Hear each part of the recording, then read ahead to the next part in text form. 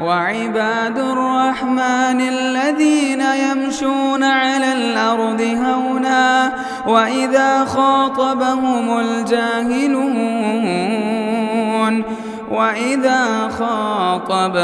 الجاهلون قالوا سلاما. السلام علیکم ورحمۃ اللہ وبرکاتہ. حامد ومصلی اما بعد، اعوذ باللہ من الشیطان الرجیم، بسم اللہ الرحمن الرحیم. یقول اللہ سبحانہ وتعالی تاللہ ان کنا لفی ضلال مبین اذ نسویکم برب العالمین. اللہ سبحانہ وتعالی کا ارشاد ہے کہ مشرک جو دنیا میں شرک کیا کرتا تھا، جب اس کی خطرناکی قیامت کے دن اس کے سامنے واضح ہو جائے گی تو اس وقت جو کلمات وہ اپنے زبان سے ادا کرے گا اس کا ذکر اللہ نے آیت میں کیا.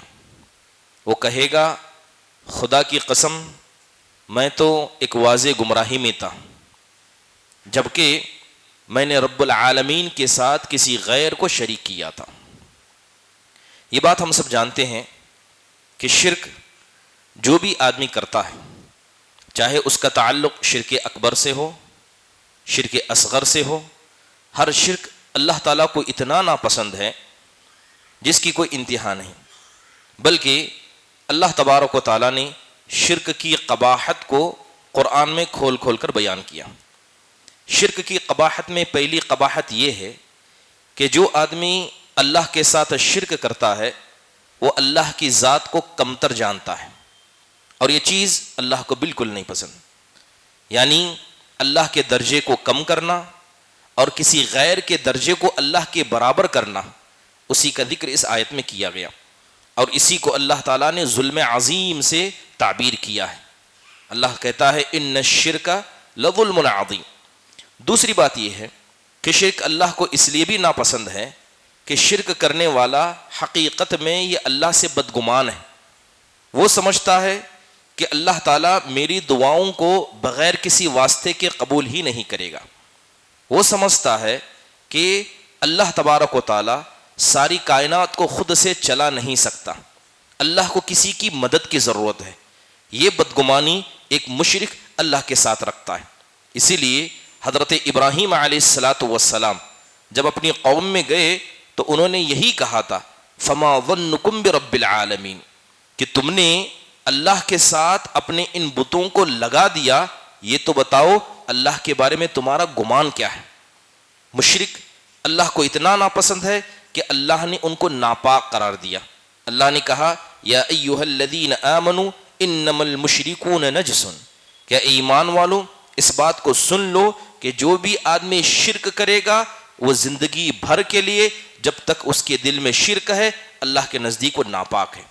ایک انسان، ایک مرد، ایک عورت، رشتے اللہ تعالیٰ نے حلال قرار دیے، لیکن جب شرک درمیان میں آ جائے تو کسی مشرک مرد یا کسی مشرک عورت سے نکاح کو اسلام نے حرام قرار دیا. اللہ تعالیٰ کہتا ہے وَلَا تَنْكِحُوا الْمُشْرِكِينَ حَتَّى تُؤْمِنُوا. اللہ نے خواتین سے کہا کہ کوئی خاتون کسی مشرک مرد سے بالکل شادی نہ کرے یہاں تک کہ وہ ایمان لے جائے. محترم حاضرین، شرک کرنے والا اس کے سارے اعمال برباد ہو جاتے ہیں. اگر توبہ نہیں کرتا ہمیشہ کے لیے جہنم میں رہتا ہے، بلکہ اللہ تعالیٰ کبھی بھی خود سے اسے معاف نہیں کرے گا. شرک اتنا برا ہے، اتنا خطرناک ہے کہ علم رکھنے والے بھی بسا اوقات اس شرک میں مبتلا ہو سکتے ہیں، جس کی واضح مثال دیکھی جا سکتی ہے کہ غزوہ حنین کو جناب محمد الرسول اللہ صلی اللہ علیہ وسلم صحابہ کی قافلے کے ساتھ رواں دواں ہیں. اسی درمیان وہ صحابہ جو نئے نئے مسلمان ہوئے تھے انہوں نے ایک درخت کو دیکھا. وہ درخت جس پر مشرکین مکہ برکت کی نیت سے اپنے ہتھیاروں کو، تلواروں کو لٹکاتے تھے، اور ان برکت والی تلواروں کو وہ جنگ میں لے جاتے تھے اس نیت سے کہ اس کی برکت جنگ میں نظر آئے گی. صحابہ نے دیکھا تو کہا اے اللہ کے نبی، جیسا ان لوگوں کے پاس ذات انوات نام کا درخت ہے آپ ہمارے لیے بھی ایسا درخت بنا دیجیے. اللہ کے نبی صلی اللہ علیہ وسلم کی موجودگی میں شرک کی اجازت مانگی گئی تو آپ نے کہا سبحان اللہ، تم نے تو ویسا ہی کہا جیسا کہ قوم موسیٰ نے حضرت موسیٰ سے کہا اجعل لنا الہا کما لہم آلہہ، اے موسیٰ ان کے پاس ایک خدا ہے، آپ بھی ہمارے لیے ایک ایسا خدا بنا دیجیے۔ محترم حاضرین، یہی وجہ ہے کہ شرک سے بچنا یہ بڑا مشکل ہے۔ حضرت ابراہیم علیہ السلام نے اللہ سے دعا کی، جناب محمد الرسول اللہ صلی اللہ علیہ وسلم شرک سے بچنے کی دعا کیا کرتے، آپ کہا کرتے اعوذ باللہ من شر نفسی ومن شر الشیطان وشرکہ، یہاں تک کہ حدیث میں جگہ جگہ اللہ کے نبی نے شرک سے بچنے کی اور اس سے پناہ مانگنے کی دعائیں سکھائیں۔ اب سوال ہے شرک کہتے کسے ہیں؟ شرک یہ عربی زبان کا لفظ ہے، اس کا مطلب ہوتا ہے موازنہ کرنا، دو چیزوں میں ایک مقارنہ کرنا یا کسی کو کسی کے ساتھ ملا دینا۔ اللہ کے نبی صلی اللہ علیہ وسلم نے خود شرک کی تعریف کرتے ہوئے کہا ان تجعل للہ ندا وہو خلقک، کہ تم اللہ تعالیٰ کے ساتھ چاہے اس کی ذات میں ہو، اس کے صفات میں ہو یا اس کے افعال میں ہو، کسی غیر کو شریک کر دو، یہی شرک ہے۔ علامہ ابن تیمیہ رحمہ اللہ شرک کی تعریف کرتے ہوئے کہتے ہیں کہ تم مخلوقات میں کسی مخلوق کو اتنا حق دے دو جو حق اصل میں اللہ تعالیٰ کا ہے، چاہے وہ دعا کے حوالے سے ہو یا توکل کے حوالے سے ہو۔ ابن الحبیرہ رحمہ اللہ نے بڑی پیاری بات کہی، وہ کہی کہ جو بھی آدمی دنیا میں شرک کرتا ہے اور جسے معبود سمجھتا ہے، وہ جانتا ہے کہ مجھے اس نے پیدا نہیں کیا ہے، اس کے بعد بھی وہ اللہ کے ساتھ اس کو شریک کرتا ہے، گویا وہ اپنی عبادت میں جھوٹا اور اللہ تعالیٰ کے مسئلے میں جھوٹا ہے۔ محترم حاضرین، اگر شرک کی مختصر تاریخ دیکھی جائے تو شرک یہ دنیا میں آیا کہاں سے؟ سب سے پہلے جو شرک اس دنیا کے اندر آیا وہ قوم نوح کے اندر تھا۔ آپ یہ بات جانتے ہیں کہ قوم نوح سے پہلے تقریباً 10 صدیاں 1000 سال کا فاصلہ گزرا ہے۔ حضرت آدم آئے، اس کے بعد حضرت نوح آئے، ان دونوں کے درمیان 1000 سال 10 صدیاں گزری۔ ان 10 صدیوں میں سب کے سب توحید پرست تھے، شرک کا نام و نشان نہیں تھا، لیکن اس کے بعد شیطان قوم نوح کے پاس آیا۔ اللہ نے قوم نوح کا ذکر کرتے ہوئے کہا وَقَالُوا لَا تَذْرُنَّ آلِهَتَكُمْ وَلَا تَذْرُنَّ وَدًّا وَلَا سُوَاعًا وَلَا يَغُوثَ وَيَعُوقَ وَنَصْرًا، ان لوگوں نے کہا کہ انہوں نے کہا کہ ہم اپنے معبودوں کو نہیں چھوڑیں گے، نہ ود کو، نہ سواع کو، نہ یغوث کو، نہ یعوق کو، نصر کو۔ یہ اصل میں ابن عباس رضی اللہ عنہ کے اعتبار سے یہ قوم نوح کے کچھ نیک لوگ تھے۔ جب یہ مر گئے، دنیا سے چلے گئے، تو شیطان ان لوگوں کے پاس آیا اور کہا کہ جہاں یہ بیٹھ کر اللہ کی عبادتیں کرتے تھے، یہاں ان کے نام کے مجسمے گاڑ دو تاکہ ان کو دیکھ کر عبادت کر سکو۔ لہذا جن لوگوں نے مجسمے گاڑے وہ دنیا سے چلے گئے، تو ان کی آل و اولاد کے پاس شیطان آ کر کہتا ہے کہ تمہارے باپ دادا انہی کی تو عبادت کیا کرتے تھے۔ محترم حاضرین، علامہ ابن تیمیہ رحمہ اللہ کہتے ہیں کہ پوری دنیا میں 2 قوموں نے شرک کو پھیلایا اور دونوں قوموں کے پاس شرک کا الگ الگ طریقہ تھا۔ سب سے پہلی قوم جس نے دنیا میں شرک کو وجود بخشا وہ کیا؟ قوم نوح ہے۔ اب قوم نوح کیا کرتی؟ قوم نوح اصل میں یہ قبر پرست تھے، یعنی قبروں کی عبادت کرتے تھے، اور شرک کا ذریعہ تقدیس الاشخاص، یعنی لوگوں کو نیک سمجھنا، نیک لوگوں کو اتنا مقام دینا کہ انہیں خدا کے برابر کیا جائے۔ اور دوسری قوم قوم ابراہیم ہے۔ قوم ابراہیم یہ اصل میں قبر پرست نہیں تھے، بلکہ یہ ستاروں کی، چاند کی، سورج کی اور فرشتوں کی عبادت کیا کرتے تھے۔ اس لیے دیکھیں اللہ تبارک و تعالیٰ نے جب حضرت ابراہیم کا ذکر کیا تو اللہ تعالیٰ نے ذکر کیا کہ حضرت ابراہیم نے قوم ابراہیم سے کیسا مخاطبہ کیا۔ حضرت ابراہیم گئے اور ستارے کو دیکھا، کہا یہ تو میرا خدا ہے۔ ستارہ غائب ہو گیا تو کہا کہ میں غائب ہونے والے کو خدا نہیں مانتا۔ چاند کو دیکھا، سورج کو دیکھا، سب غائب ہونے لگے۔ تو حضرت ابراہیم کی یہ آیت بتاتی ہے کہ قوم ابراہیم اصل میں بت پرست نہیں تھے، بلکہ یہ ستاروں کی عبادت کیا کرتے تھے۔ اب ہم نے اکثر سنا ہے کہ حضرت ابراہیم کے والد یہ بتوں کو بنایا کرتے۔ جو حضرت ابراہیم کے والد بتوں کو بنایا کرتے تھے، یہ لوگ 2 طرح کے بتوں کو بناتے۔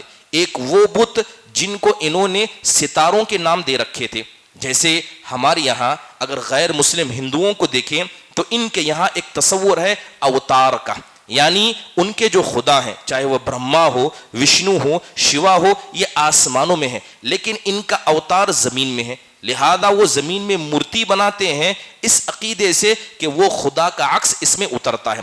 بالکل یہی کانسیپٹ قوم ابراہیم کا تھا۔ انہوں نے فرشتوں کے نام کے بت بنا رکھے تھے اور اسی طرح ستاروں کے نام کے بت بنا رکھے تھے۔ جب حضرت ابراہیم نے موقع پایا تو ساری بتوں کو توڑ دیا اور ایک بڑے بت کو چھوڑا جو اصل میں سورج تھا۔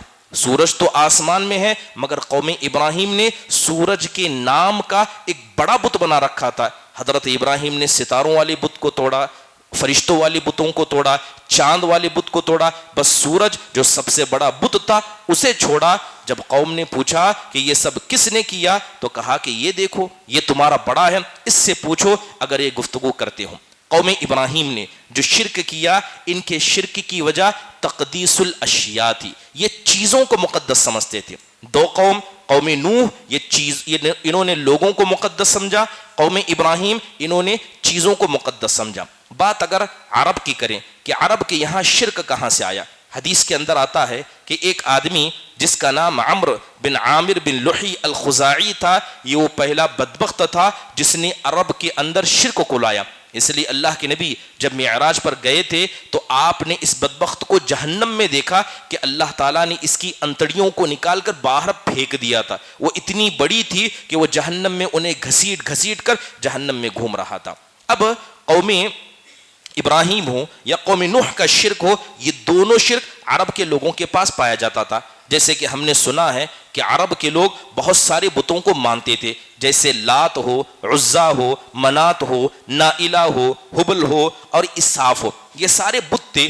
اگر ان کے بارے میں دیکھا جائے، اللات اصل میں ایک عورت تھی اور یہ طائف کا بت تھا، العزا یہ بھی ایک عورت تھی اور یہ مکہ کے قریب وادی نخلا میں تھا، المنات یہ بھی ایک عورت تھی، یہ مدینہ کا بت تھا، نائلہ یہ کعبۃ اللہ کے قریب تھا، یہ بھی ایک عورت کا بت تھا، حبل یہ مرد تھا اور یہ کعبۃ اللہ کے اندر تھا۔ اس کے علاوہ اساف نام کا ایک مرد تھا اور اس کا بت مقام صفا پر رکھا گیا تھا۔ تو جب یہ سارے کے سارے لوگ ہیں جنہیں عرب کے لوگ مقدس سمجھتے تھے تو ان کے پاس قوم نوح کا شرک تھا، لیکن قوم ابراہیم کا شرک بھی عرب کے لوگوں کے پاس تھا۔ جیسے یہ ستاروں کو بھی مقدس سمجھتے تھے، اس لیے اللہ کے نبی نے کہا تھا کہ جو آدمی ستاروں کو دیکھ کر بارش کے آنے، خیر کے جانے کا اندازہ لگائے گا، یہ شرک ہے۔ اسی وجہ سے عرب کے لوگ جادوگری ہو یا فال بازی ہو کیا کرتے تھے۔ محترم حاضرین، بات کریں اس امت محمدیہ کی کہ اس امت محمدیہ میں شرک سب سے پہلے کیسا آیا۔ اگر بات کریں ربوبیت میں اس امت محمدیہ میں سب سے پہلے شرک آیا تو وہ قدریہ کے ذریعے۔ قدریہ یہ گمراہ فرقوں میں سے ایک فرقہ ہے جنہوں نے کہا کہ اللہ تبارک و تعالیٰ نے تقدیر نام کی کوئی چیز نہیں لکھی ہے، بلکہ انہوں نے کہا کہ انسان جو کچھ کرتا ہے وہ انسان خود پیدا کرتا ہے۔ میں یہاں بیٹھا ہوں، کھڑا ہوں، تو اس بیٹھنے کو کھڑنے کو میں نے پیدا کیا ہے، اللہ اس کا خالق نہیں ہے۔ تو قدریہ کے اعتبار سے انہوں نے دو خالق بنائے، ایک اللہ جس نے انسان کو بنایا اور دوسرا خالق انسان خود جس نے اپنے افعال کو بنایا۔ تو یہ وہ بدبخت قدریہ تھے جنہوں نے سب سے پہلے اللہ کی ربوبیت میں ڈاکہ ڈالا اور اس امت کے یہ پہلے بدبخت بنے جنہوں نے ربوبیت کے اندر شرک کیا۔ اس میں سب سے پہلے نام سیسوے نام کے مجوسی کا آتا ہے، معبد الجہنی ہو یا جعد بن درہم ہو، یہ سارے وہ بدبخت تھے جو اس شرک کو اس امت کے اندر پھیلایا کرتے تھے۔ خالد بن عبداللہ قصری رحمہ اللہ یہ بقر عید کے خطبے کے لیے کھڑے تھے، تو انہوں نے لوگوں کو نماز پڑھائی۔ جیسی ہی نماز ختم ہوئی تو کہا ارجعوا، لوگوں سے کہا اے لوگوں اب تم نے نماز پڑھی ہے، تم لوٹ جاؤ، فضحوا اور جا کر اپنی قربانیوں کو ذبح کر دو، تقبل اللہ منکم اللہ تمہاری قربانیوں کو قبول کرے، فانی مضحم بالجعد بن درہم، اس لیے کہ یہ جو بدبخت میرے سامنے بیٹھا ہے جعد بن درہم، میں اس کی قربانی دینے والا ہوں، کیونکہ یہی وہ جعد تھا جس نے کہا تھا کہ اللہ تعالیٰ نے حضرت ابراہیم کو اپنا خلیل نہیں بنایا، اللہ تعالیٰ نے حضرت موسیٰ سے بات نہیں کی۔ خالد بن عبداللہ قصری نیچے اترتے ہیں اور بھری مجلس میں جعد بن درہم کو ذبح کر دیتے ہیں۔ اس کے علاوہ یہ کام جو ان قدریہ نے کیا تھا یہی کام یہودی نے کیا تھا۔ یہودیہ نے کیا کیا؟ اللہ تبارک و تعالیٰ کو وہ حق ادا نہیں کیا جس کا اللہ حقدار تھا۔ مثال کے طور پر یہ کہتے قالت الیہود ید اللہ مغلولہ، کہ اللہ تعالیٰ کے دونوں ہاتھ بندھے ہوئے ہیں، جبکہ اللہ کے ہاتھ کھلے ہوئے ہیں۔ اللہ حق رکھتا تھا کہ اس کی تعریف کی جائے، اس کے صفات کو مانا جائے۔ اس کے علاوہ یہودیوں نے یہ بھی الزام لگایا کہ جب اللہ تبارک و تعالیٰ نے آسمان و زمین کو پیدا کیا تو اللہ تھک گیا، اور اللہ تھکنے کے بعد ہفتے کے دن اللہ نے آرام کیا، اس لیے ہم بھی ہفتے کے دن کو آرام والا دن سمجھتے ہیں۔ تو یہ قدریہ نے جو جرم کیا، اس سے پہلے یہی جرم کیا ہے، یہود اور نصارہ نے کیا تھا۔